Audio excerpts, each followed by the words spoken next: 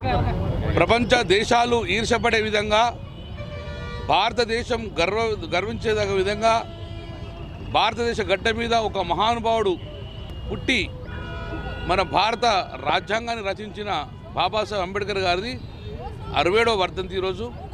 వారికి దేశమంతే కాదు ప్రపంచంలో చాలా చోట్ల కూడా వారికి నివాళులు అర్పించడం జరిగింది.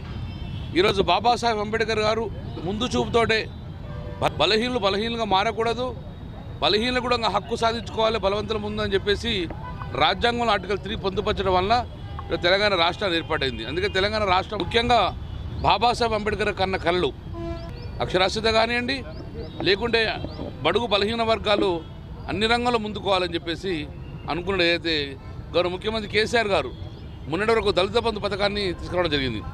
మార్పు మొదలైంది దళిత బంధు ప్రకారంగా. ఆ దళిత బంధు ఆ యొక్క దళితుల జీవితాల్లో వెలుగు నింపుతాయి.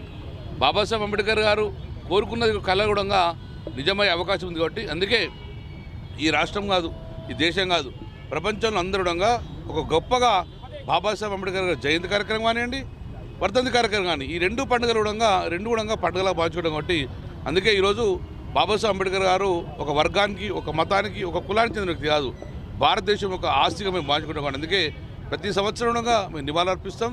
ఈ సందర్భంలో నివాళులర్పించడం జరిగింది. జై తెలంగాణ.